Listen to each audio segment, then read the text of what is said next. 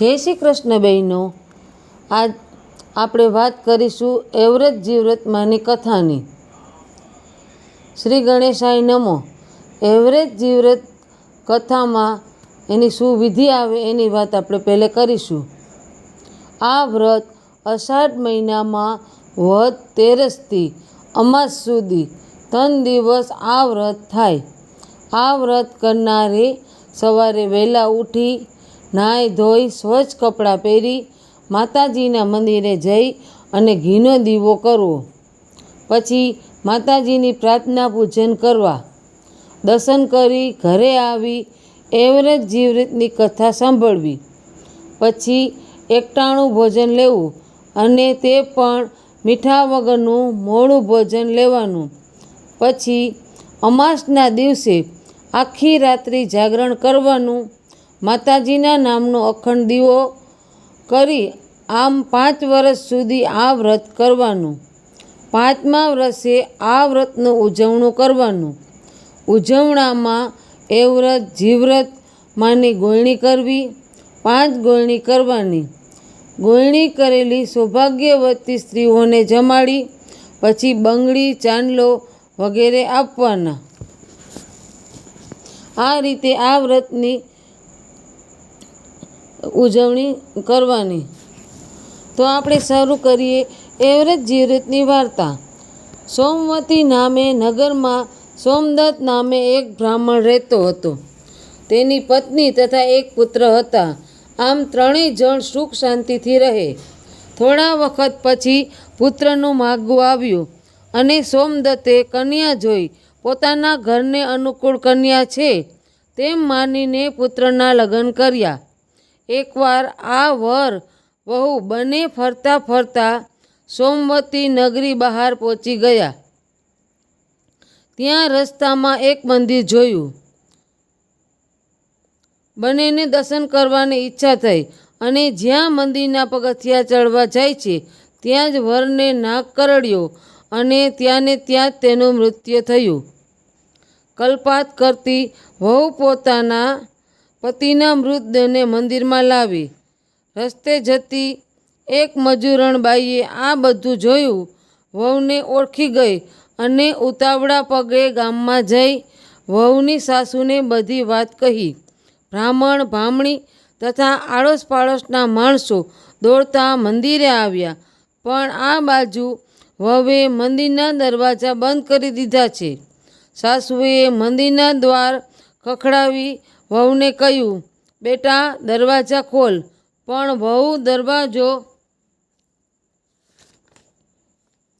ખોલતી નથી. આખરે કંટાળીને સવાર થાય ત્યારે વાત એમ વિચારી બધા ગામમાં ગયા. રાત્રિનો પહેલો પહોર થયો અને એવ્રતમાં મંદિરમાં પધાર્યા. જોયું તો મંદિરના દરવાજા બંધ છે. એમણે તો કમાડ ખખડાવી અવાજ કર્યો કે મંદિરમાં કોણ છે? જે હોય તે કમાડ ઉગાડે, નહીં તો મારા શાપનું ભોગ બનવો પડશે. હવે આ સાંભળી દરવાજા ઉગાડ્યા અને જોયું તો કોઈ દેવરૂપ લઈને બાઈ ઊભા છે. હાથ જોડીને હવે પૂછ્યું, આપ કોણ છો? દેવી બોલ્યા, તે મને ઓળખી નહીં? આ મંદિર મારી 4 બહેનોનું છે, એવ્રત જીવ્રત જયા અને વિજયા, જેમાં હું એવ્રતમાં છું. પણ આ અંદર કોણ સૂતું છે? એવ્રતમાંની વાત સાંભળી વહુ બોલી, માળી મારા ઉપર દયા કરો. પરણ્યાને થોડો જ સમય થયો અને મારા પતિને નાગ દંશ કરી દીધો છે અને તેનાથી તેઓ મૃત્યુ પામ્યા છે. માટે દયા કરીને હે માળી મારા પીને જીવન દાન આપો. એવ્રતમાં કહે, હું જે કહું તે કરીશ. હું કહે, હા માં, તમે જે કહેશો તે કરીશ. મારા પતિ જો જીવત થતા હોય તો હું ગમે તે ભોગ આપવા તૈયાર છું. એવ્રતમાએ કહ્યું, તો તને જે પહેલું બાળક થાય તે મારું. બોલ, છે તૈયાર? વહુ કહે, હા માં, આપીશ. પહેલું બાળક તમને આપીશ, પણ કૃપા કરી મારા પતિને જીવંત કરો. એવ્રતમાએ તેના પતિ ઉપર દ્રષ્ટિ કરી. ત્યાં તો પતિના શરીરમાં ચેતન આવ્યું. એટલામાં પહેલો પહોર પૂરો થયો અને એવ્રતમાં અદૃશ્ય થઈ ગયા.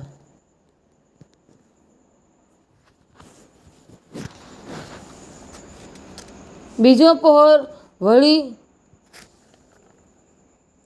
પાછું મંદિરનું બારણું ખખડ્યું અને વહુએ દરવાજો ખોલ્યો તો કોઈ તેજરૂપ દેવી ઊભા છે.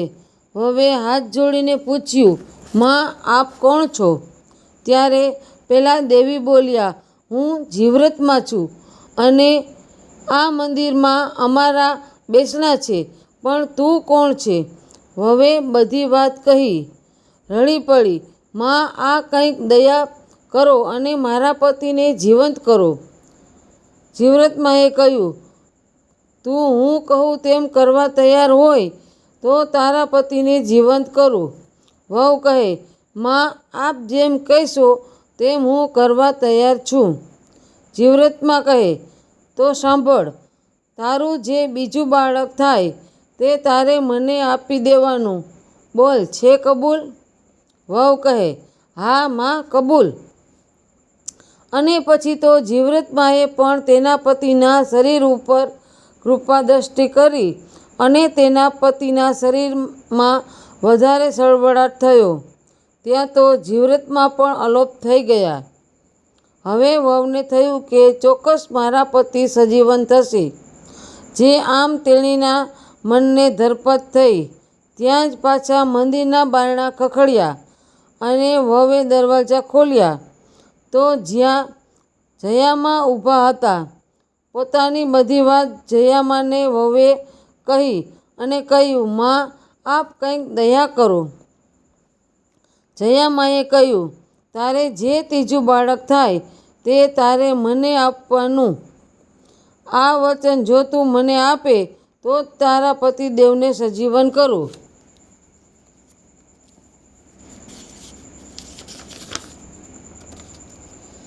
જયામા કહે તેમ વહુ કરવા તૈયાર થઈ. એટલે જયામાએ તો પતિ ઉપર દ્રષ્ટિ કરી અને તેના પતિ પડખું ફર્યા. ત્યાં તો જયામા પણ અંતર્ધ્યાન થઈ ગયા. આમ રાત્રિના 3 પહોર વીતી ગયા છે. ચોથો પહોર થયો કે વિજયામા આવ્યા. વિજયામાએ જોયું તો વહુનો કરગવા લાગી અને પોતાની કથને કહેતા બોલી, આપ મુજ દુઃખી ઉપર દયા કરી અને મારા પતિને જીવતા કરો. વિજયામા બોલ્યા, તું જો મારા કહ્યા પ્રમાણે કરીશ તો હું તારા પતિને સજીવન કરીશ. માં, તમે જેમ કહેશો તેમ હું કરીશ. જીવ કહેશો તો જીવ આપી દઈશ. માં, પણ મારા પતિને સજીવન કરો. વહુ બોલી, દીકરી, તારે જીવ નહીં પણ તારું ચોથું બાળક મને તું આપી દે. વિજયામા બોલ્યા, ચોથું બાળક આપ્યું તમને માં? વહુ બોલી. અને વિજયામાએ તેના પતિના દેહ ઉપર કૃપા દ્રષ્ટિ કરી અને તેના પતિએ આળસ મરડી આંખો ઉઘાડી. 2 પતિ પત્ની માના પગમાં પડ્યા. પછી વહુએ 4 માતાજીઓને આપેલા વચનની વાત તેના પતિને કરી. અને જ્યારે સવાર પડ્યું કે એક પૂજારી મંદિરે પૂજા કરવા આવ્યા.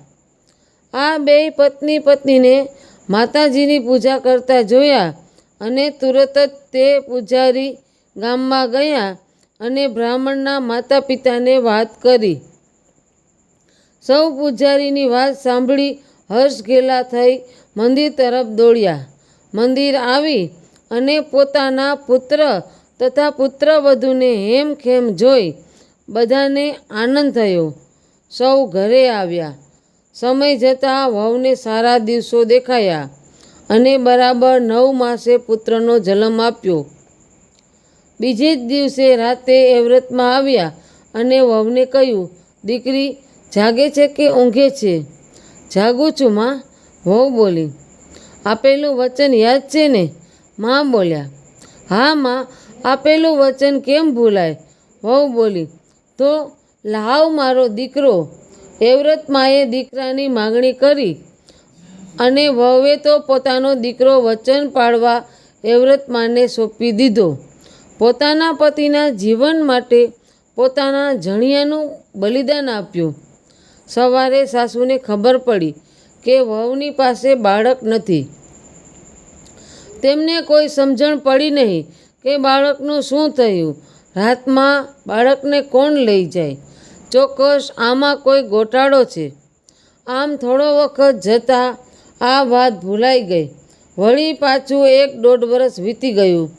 વળી પાછું વહુને સારા દિવસો દેખાયા અને સમય થતાં પાછો વહુને દીકરો અવતર્યો અને જીવ્રતમાએ વહુ પાસે વચન મુજબની માગણી કરી. હવે તો વચન મુજબ બીજો દીકરો જીવ્રતમાને આપી દીધો. સવારે સાસુએ આવીને જોયું તો દીકરો નથી. વહુને ઢંઢોળીને પૂછ્યું, વહુ, દીકરો ક્યાં? વહુ કહે, રાત્રે માતાજી આવ્યા અને દીકરો લઈ ગયા. સાસુને વહેમ પડ્યો કે નક્કી વહુ ડાકણ લાગે છે, છોકરા ભરખી જાય છે, નહીં તો આમ ન બને. માતાજી તો દીકરો આપે, લઈ થોડા જાય. સાસુને લાગ્યું કે વહુ ખોટું બોલે છે. દીકરા બેય ભરખી ગઈ અને માતાજીનું નામ આપે છે. હવેની વાર બરોબર ધ્યાન રાખવાનું મનમાં નક્કી કર્યું. સમય જતાં વાર નથી લાગતી. વહુને ત્રીજી સુવાવણમાં પણ દીકરો જ અવતર્યો. સાસુ વહુના ખાટલે બેઠી બેઠી જાગે છે ત્યાં તો જયામાં આવ્યા અને ઘરમાં આવી ચારે બાજુ નજર ફેરવી. નિંદ્રા દેવીને પહેલાં કરી ને આખા ઘરના બધા સૂઈ ગયા. ખાટલે બેઠેલી સાસુ પણ ઝોકા ખાવા લાગી. પછી જયામાએ વહુને આપેલા વચનની યાદ દેવડાવી. હવે તો ત્રીજો દીકરો પણ આપી દીધો. સવારે સાસુ જાગીને જુએ છે તો દીકરો ગુમ.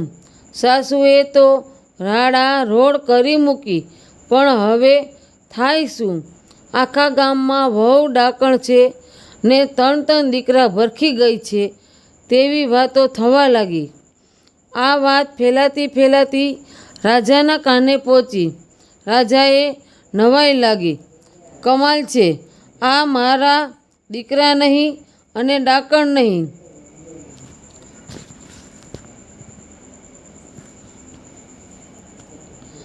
માં દીકરા ખાય નહીં અને ડાકણ કદી થાય નહીં. નક્કી કાંઈક ભેદ છે.